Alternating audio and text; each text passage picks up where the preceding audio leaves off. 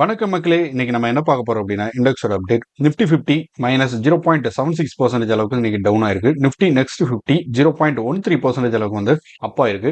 Nifty mid cap 150 0.25% அளவுக்கு வந்து down ஆயிருக்கு. நிஃப்டி ஸ்மால் கேப் 250 இண்டெக்ஸ் -0.19% அளவுக்கு வந்து டவுன் ஆயிருக்கு. நிஃப்டி மைக்ரோ கேப் 250 இண்டெக்ஸ் 0.1% அளவுக்கு வந்து அப் ஆயிருக்கு. இன்னைக்கு ஒரு ப்ராஃபிட் புக்கிங் வந்து நடந்திருக்குது. நேற்று பார்த்தீங்க அப்படின்னா ஃபாரின் மார்க்கெட்லாம் வந்து ஒரு லீவில் இருந்தது. ஸோ இன்னைக்கு வந்து எஃப்ஐஎஸ் வந்து இன்னைக்கு ஆக்டிவாக வந்து ட்ரேட் பண்ணியிருக்கிறாங்க. ஸோ இன்னைக்கு அமௌண்ட் ஃப்ளோ வந்து நிறைய வெளியே எடுத்திருக்கிறாங்க. அதோட ரீசனால தான் பார்த்தீங்க அப்படின்னா மேக்ஸிமம் நேற்று அப் ட்ரெண்ட் ஆன எல்லா ஸ்டாக்குமே வந்து நெகட்டிவ்ல வந்து இன்னைக்கு க்ளோஸ் ஆயிருக்குது, எக்ஸப்ட் ஃபியூ இண்டெக்ஸ் தவிர. ஸோ செக்டார் வைஸ்ன்னு பார்க்கும்போது பார்த்தீங்க அப்படின்னா இன்னைக்கு நிஃப்டி ஆயில் அண்ட் கேஸ் வந்து ஒரு 1.26% வந்து அப் ஆயிருக்குது. அதை தொடர்ந்து பார்த்தீங்க அப்படின்னா நிஃப்டி கன்சூமர் டூரபிள்ஸ் பார்த்தீங்க அப்படின்னா 0.69% அளவுக்கு வந்து அப் ஆயிருக்கு. நெகட்டிவ்ல பார்க்கும்போது நிஃப்டி ஐடி இண்டெக்ஸ் வந்து இன்னைக்கு -1.41% அளவுக்கு டவுன் ஆயிருக்கு. நிஃப்டி ஃபினான்ஷியல் சர்வீஸ் பார்த்தீங்க அப்படின்னா -1.13% அளவுக்கு வந்து டவுன் ஆயிருக்குது. ஸோ செக்டார் வைஸ்மே வந்து நேற்று கெயினான செக்டாருமே இன்னைக்கு வந்து ஒரு டவுன்ஃபாலை வந்து பார்த்துருக்குது. ஸோ நிஃப்டி 50 ஓப்பனிங் பார்த்தீங்க அப்படின்னா ஒரு பாசிட்டிவ் நோட்ல தான் ஓப்பன் ஆயிருக்கு. பட் கிராஜுவலாக வந்து டவுன் ஆகி end of the trading session பார்த்தீங்க அப்படின்னா -183 பாயிண்ட் வந்து டவுன் ஆகி 24,004 அப்படிங்கிற ஒரு லெவலில் வந்து க்ளோஸ் ஆகிருக்குது. ஸோ வெள்ளிக்கிழமையான இன்னைக்கு பார்த்தீங்க அப்படின்னா மோஸ்ட்லி ப்ராஃபிட் புக்கிங் தான் வந்து நடந்திருக்குது. ஏன்னா அடுத்து 2 நாள் ட்ரேடிங் செஷன் வந்து இருக்காது. ஸோ நேற்று பார்த்தீங்க அப்படின்னா ஐடி அண்ட் ஃபினான்ஷியல் செக்டர்லாம் வந்து ஒரு நல்ல கெயின் வந்து கொடுத்துருந்தாங்க. ஸோ அது வந்து ரிவர்ஸ் ஆகி இன்னைக்கு வந்து அவங்க எல்லாருமே வந்து டவுன் ஆகிருக்கிறாங்க. அதே சமயத்தில் கன்சியூமர் ப்ளஸ் வந்து ஆயில் ஸ்டாக்ஸ்லாம் பார்த்தீங்க அப்படின்னா ஒரு நல்ல ஒரு சப்போர்ட்டாக இருந்திருக்குது. அதனால தான் வந்து இந்த ஒரு லெவல்லே வந்து இது க்ளோஸ் ஆகிருக்குது. நிஃப்டி 50 இன்னைக்கு 184 பாயிண்ட் வந்து டவுன் ஆகி 24,004 அப்படிங்கிற லெவல் வந்து க்ளோஸ் ஆயிருக்குது. சென்சஸ் பார்த்தீங்க அப்படின்னா 721 பாயிண்ட் வந்து டவுன் ஆகி 79,223 அப்படிங்கிற லெவல் வந்து இருக்குது.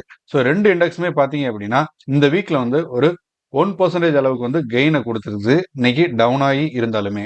ஸோ ஐடி செக்டர்லாம் வந்து ஒரு ஸ்ட்ரகிள் ஆகிருக்குது. எஸ்பெஷலி பார்த்தீங்க அப்படின்னா விப்ரோ, டெக் மஹிந்திரா, இன்ஃபோசிஸ்லாம் பார்த்தீங்க அப்படின்னா ஒரு சீரியஸான மேஜர் டவுன்ஃபாலை வந்து இன்னைக்கு பார்த்துருக்காங்க. இதுக்கான காரணமாக பார்த்தீங்க அப்படின்னா H1B விசா கிடைக்கிறது வந்து ப்ராப்ளம் வர்றதுக்கு வாய்ப்பு வந்து இருக்குது. ட்ரம்ப் வந்து ஜனவரி 20 பதவி ஏற்கிறது இந்த இஷ்யூஸ்லாம் வந்து ஸ்டார்ட் ஆகும். விப்ரோ, டெக் மஹிந்திரா அரௌண்ட் ஒரு 2% அளவுக்கு வந்து டவுன் ஆயிருக்குது. ஸோ பாசிட்டிவ் மூவர்ஸ்ன்னு பார்க்கும்போது டாடா மோட்டார்ஸ் இன்னைக்கு 3.1% அளவுக்கு வந்து இன்க்ரீஸ் ஆயிருக்குது. ஓஎன்ஜிசி 5% அளவுக்கு ஒரு ஏற்றத்தை வந்து கொடுத்துருக்குது. ஐஆர்எஃப்சி பார்த்தீங்க அப்படின்னா ஒரு ரிட்ஸ் ஜேவி ஆர்இஎம்சி இந்த கம்பெனியோட ஒரு மெமரண்டம் ஆஃப் அண்டர்ஸ்டாண்டிங் வந்து போட்டிருக்காங்க. இதை தொடர்ந்து பார்த்தீங்க அப்படின்னா அந்த ஸ்டாக் வந்து ஒரு 2% அளவுக்கு வந்து ஏற்றத்தை கொடுத்துருக்குது. ஸோ அடுத்து FII, FPI and DII trading activity. இன்னைக்கு டிஐ பார்த்தீங்க அப்படின்னா 14,332 கோடி அளவுக்கான அமௌண்ட் வந்து இன்வெஸ்ட்மெண்ட் பண்ணி ஸ்டாக்ஸ் பை பண்ணியிருக்கிறாங்க. 13,512 கோடி அளவுக்கான ஸ்டாக்ஸ் வந்து செல் பண்ணியிருக்கிறாங்க. நெட் வேல்யூன்னு பார்க்கும்போது 820 கோடி அளவுக்கு மார்க்கெட்டில் வந்து டிஐ வந்து இன்வெஸ்ட்மெண்ட் வந்து பண்ணியிருக்கிறாங்க. எஃப்ஐஐ, எஃபிஐன்னு பார்க்கும்போது இன்னைக்கு 10,812 கோடி அளவுக்கான அமௌண்ட் ஸ்டாக் வந்து பை பண்ணியிருக்கிறாங்க. 15,040 கோடி அளவுக்கான ஸ்டாக்ஸ் வந்து செல் பண்ணியிருக்காங்க. நெட் வேல்யூன்னு பார்க்கும்போது இன்னைக்குமே வந்து எஃப்ஐஐ பார்த்தீங்க அப்படின்னா -4,227 கோடி வந்து மார்க்கெட்ல இருந்து வெளியே எடுத்திருக்காங்க. ஸோ எஃப்ஐஐ வந்து பார்த்தீங்க அப்படின்னா நேற்று தான் வந்து ஒரு பாசிட்டிவ் ட்ரெண்ட்ல வந்து 1,500 கோடி வந்து இன்வெஸ்ட்மெண்ட் பண்ணியிருந்தாங்க. ஸோ நம்ம ட்ரெண்ட் வந்து ரிவர்சல் ஆகுது அப்படிங்கிற மாதிரி நமக்கு தோணுச்சு. பட் இருந்தாலுமே வந்து இன்னைக்கும் வந்து -4,227 கோடி வந்து வெளியே எடுத்தது மூலமா வந்து அந்த ட்ரெண்ட் வந்து ரிவர்சல்லாம் ஆகல. இன்னும் எஃப்ஐஐ வந்து மார்க்கெட்ல இருந்து அமௌண்ட்டை வெளியே எடுக்கிறது வந்து தொடர்ந்துட்டு இருக்கிறது வந்து இதுல வந்து தெளிவாக தெரியுது. ஸோ நெட் வேல்யூன்னு பார்க்கும்போது பார்த்தீங்க அப்படின்னா எஃப்ஐஐ அண்ட் டிஐ ரெண்டும் சேர்த்து பார்க்கும்போது இன்னைக்கு மார்க்கெட்ல -3,406 கோடி வந்து வெளியே வந்து எடுத்திருக்கு.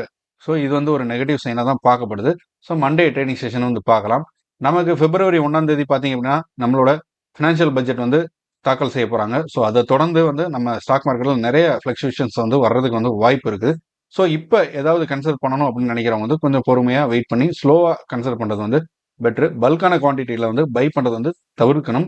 ஏன்னா மார்க்கெட் ஒலட்டாலிட்டிங்கிறது வந்து இந்த மாதம் மட்டும் இல்லை, அடுத்த மாதம் இதோட பயங்கரமாக இருக்கிறதுக்கான ஒரு வாய்ப்பு வந்து இருக்குது. ஸோ அதுக்கப்புறம் தான் தெரியும் எப்படி வந்து மார்க்கெட் ஸ்டேபிளாக இருக்க போகுது அப்படின்னு.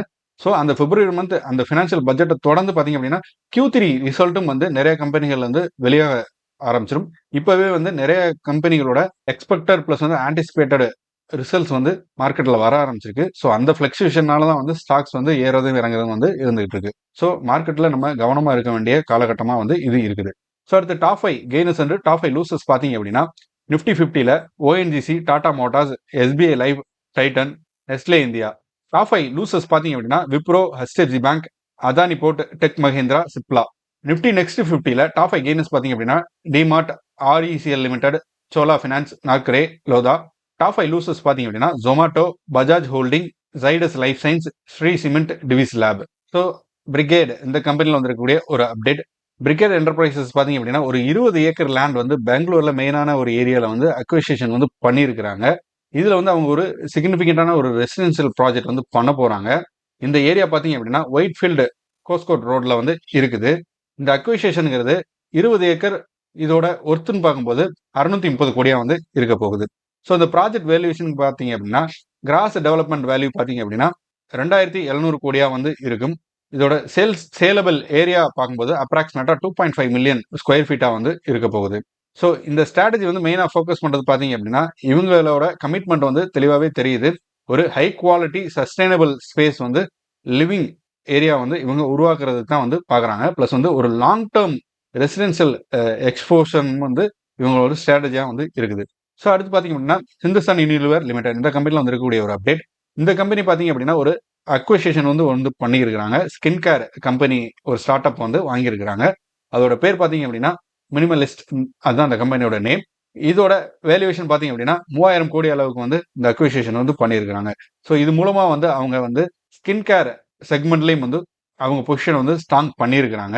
ஸோ இந்த கம்பெனியோட க்ரோத் பார்த்தீங்க அப்படின்னா 89% அளவுக்கு வந்து இன்க்ரீஸ் ஆகிருக்கு ரெவன்யூவில். அதாவது 350 கோடியாக வந்து இருக்குது. ப்ராஃபிட் ரைஸ்ன்னு பார்க்கும்போது 5 கோடியிலேருந்து 11 கோடியாக வந்து இவங்களோட ப்ராஃபிட் ரைஸ் வந்து இருக்குது இந்த ஃபிசிக்கல் இயரில்.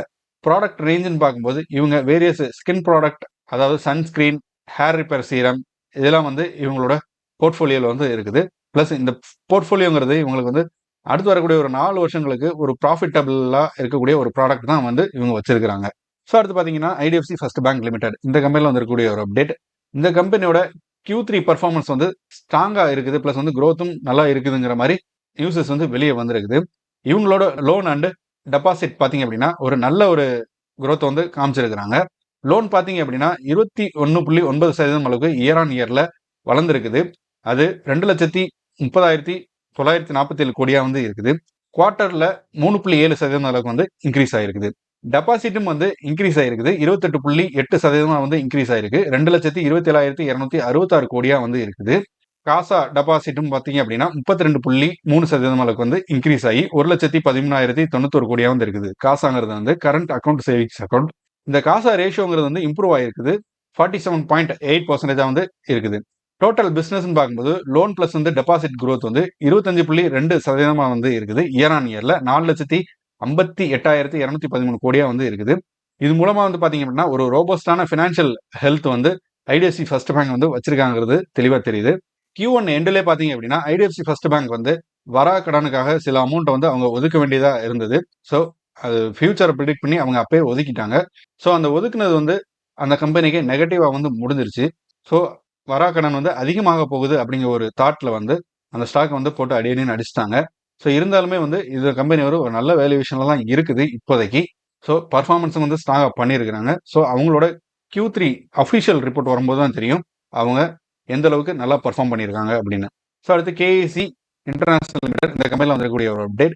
கேஇசி இன்டர்நேஷனல் லிமிடெட் பார்த்தீங்கன்னா ஒரு 2 சிக்னிஃபிகண்டான ஆர்டர் வந்து செக்யூர் பண்ணியிருக்கிறாங்க. இதோட ஒர்த்து பார்த்தீங்கன்னா 1097 கோடியாக வந்து இருக்குது. இது டிரான்ஸ்மிஷன் அண்ட் டிஸ்ட்ரிபியூஷன் பிசினஸ்ல வந்து இந்த ஆர்டர்ங்கிறது வந்து கிடைச்சிருக்குது. ஃபர்ஸ்ட் ஆர்டர் பார்த்தீங்க அப்படின்னா 400 கேவி டிரான்ஸ்மிஷன் லைன் வந்து யுஏஇக்கு வந்து கொடுக்க போறாங்க. ப்ளஸ் செகண்ட் ஆர்டர் மெயினாக ஃபோக்கஸ் பண்ணியிருக்கிறது பார்த்தீங்க அப்படின்னா சப்ளை டவர், ஹார்ட்வேர், போல்ஸ் இதெல்லாம் வந்து யூஎஸ், மெக்சிகோ அண்ட் பிரேசில் இந்த ஏரியாக்களை சுற்றி வந்து இந்த சப்ளைங்கிறது வந்து இருக்க போகுது. குளோபல் ப்ரெசன்ஸ் பார்க்கும்போது கேஇசி ஆப்ரேஷன்ஸ் வந்து ஒரு 30+ கண்ட்ரீஸ் வந்து இவங்களோட ஆப்ரேஷன்ஸ் வந்து இருக்குது. ப்ளஸ் 110+ கண்ட்ரிகளில் வந்து இவங்களோட ப்ராஜெக்ட்டுங்கிறது இவங்க பண்ணியிருக்கிறாங்க. இவங்க மெயினாக ஃபோக்கஸ் பண்ணுறது பார்த்தீங்க அப்படின்னா power transmission, civil infrastructure and urban development தான் வந்து இவங்க மெயினாக ஃபோக்கஸ் பண்ணுறாங்க அவங்க இண்டஸ்ட்ரீஸாக. க்ரோத் மெட்ரிக்னு பார்க்கும்போது இந்த கம்பெனி இயர் டு டேட்டில் வந்து ஆர்டர் இன்டேக் வந்து இது வரைக்கும் 19,500 கோடி வந்து ஆர்டர் இன்டேக் பண்ணியிருக்கிறாங்க. இது வந்து 70% க்ரோத் கொடுத்துருக்குது லாஸ்ட் இயர் கம்பேர் பண்ணும்போது. 72% வந்து இன்டேக் வந்து இவங்க மெயினாக வந்து டிரான்ஸ்மிஷன் அண்ட் டிஸ்ட்ரிபியூஷன் செக்டரில் தான் இவங்க கிடைச்சிருக்குது. ஸோ அடுத்து என்எஸ்சி இந்தியா இந்த கம்பெனியில் வந்துருக்கக்கூடிய ஒரு update. National stock exchange NSE இது பாத்தீங்கன்னா ஒரு ரிமார்க்கபிள் அச்சீவ்மெண்ட் வந்து பண்ணியிருக்கிறாங்க. இவங்க இது வரைக்கும் ஒரு 268 கம்பெனிகளுக்கு வந்து ஃபண்ட் ரைஸ் பண்றதுக்கான ஒரு ஆப்பர்ச்சுனிட்டி வந்து கொடுத்துருக்காங்க. ஸோ இந்த IPO லான்ச் பண்ணது மூலமா வந்து அந்த கம்பெனிகள் இது வரைக்கும் டோட்டலா அவங்க ரிசீவ் பண்ண ஃபண்டுங்கிறது பாத்தீங்க அப்படின்னா 1.67 லட்சம் கோடியா வந்து இருக்குது பிரைமரி மார்க்கெட்ல. இது மற்ற கண்ட்ரிகள்ல இருக்கக்கூடிய ஒரு பங்குச்சந்தை பண்ணாத ஒரு இலக்கம் வந்து NSE இந்தியா வந்து பண்ணியிருக்கிறாங்க. ஸோ நம்ம சொன்ன மாதிரி சைனா, ஹாங்காங், ஜப்பான் இவங்க கம்பைண்டா பண்ணா கூட நம்ம அளவு IPO வந்து அவங்க இன்னும் பார்த்தது கிடையாது. ஸோ இவங்க வந்து ரெக்கார்டு பண்ணியிருக்கிறாங்க. 101, 66, 93 அப்படின்னு சொல்லிட்டு லாஸ்ட் ஒரு 3 மந்த்ல வந்து பாத்தீங்க அப்படின்னா நிறைய IPOs வந்து லான்ச் பண்ணியிருக்கிறாங்க. மோஸ்ட்லி இதுல 178 SME இதான் கம்பெனிஸ், அதாவது ஸ்மால் மீடியம் என்டர்பிரைசஸ் இதுதான் வந்து IPO வந்து லான்ச் பண்ணியிருக்காங்க. இதுல வந்து அவங்க 9,000 கோடி அளவுக்கு வந்து ஃபண்ட் ரைஸ் பண்ணியிருக்கிறாங்க. பிளஸ் இந்த IPOல இவங்க ரிசீவ் பண்ண பிட்னு பார்க்கும்போது 12.5 lakhs crores அளவுக்கு வந்து இருக்குது. அடுத்து பாத்தீங்க அப்படின்னா KPI கிரீன் எனர்ஜி லிமிடெட் இந்த கம்பெனில வந்திருக்கக்கூடிய ஒரு அப்டேட். இந்த கம்பெனி பாத்தீங்க அப்படின்னா ஒரு சிக்னிஃபிகண்டான டெவலப்மெண்ட் வந்து கொடுத்துருக்கு அவங்களோட சோலார் பவர் ப்ராஜெக்ட்ல. So sun drop Energia private limited இந்த கம்பெனி வந்து ஒரு ஆஃபர் லெட்டர் வந்து ரிசீவ் பண்ணியிருக்கிறாங்க. இன்டென்ட் வந்து 32.15 மெகாவாட் கெப்பாசிட்டி அளவுக்கான ஒரு சோலார் ப்ராஜெக்ட் வந்து டோட்டலான கெப்பாசிட்டியில. இதோட டைம் பீரியட் பார்க்கும்போது 2025 to 26 வந்து இந்த ப்ராஜெக்ட் வந்து கம்ப்ளீட் பண்ணி முடிக்க போறாங்க. ஸோ ஷேர் ஹோல்டர் க்ரோத்னு பார்க்கும்போது ரீட்டைல் ஷேர் ஹோல்டர்ஸ் பார்த்தீங்க அப்படின்னா 1.51 லட்சம்ல இருந்து 2.53 லட்சமா வந்து இன்க்ரீஸ் ஆயிருக்குது. இது வந்து பாத்தீங்க அப்படின்னா 20.95% இருந்து 22.58% வந்து இருக்குது மார்ச் 2024 இருந்து. So KPI green energy share பாத்தீங்க அப்படின்னா கரண்டா வந்து 553 ரூபா அப்படிங்கிற ஒரு ட்ரேட்ல வந்து ட்ரேட் ஆகிட்டு இருக்குது ரேட்ல. இது வந்து 3.23% அளவுக்கு வந்து டவுன் ஆயிருக்குது. இருந்தாலுமே இந்த லாஸ்ட் இயர்ல பாத்தீங்க அப்படின்னா 18.55% அளவுக்கு வந்து இந்த ஷேர் வந்து க்ரோ ஆயிருக்குது. ஸோ இன்னைக்கான நம்ம மார்க்கெட் நியூஸஸ் வந்து பார்த்துருக்கோம். மேலும் நிறைய கம்பெனிகளோட எக்ஸ்பெக்டட் Q3 ரிசல்ட்ஸ் வந்து வந்துகிட்டு இருக்கு. ஸோ அதெல்லாம் வந்து நம்ம அடுத்து வரக்கூடிய வீடியோல 1 by 1 பார்க்கலாம். ஸோ இந்த வீடியோ உங்களுக்கு பிடிச்சிருந்தா லைக் பண்ணுங்க. மேலும் இது மாதிரியான ஸ்டாக் மார்க்கெட் ரிலேட்டடான இன்ஃபர்மேஷன் அண்ட் நியூஸஸ்க்கு நம்ம சேனலை வந்து சப்ஸ்கிரைப் பண்ணுங்க. ஃப்ரெண்ட்ஸ் அண்ட் ஃபேமிலிக்கு வந்து ஷேர் பண்ணுங்க. தேங்க்யூ.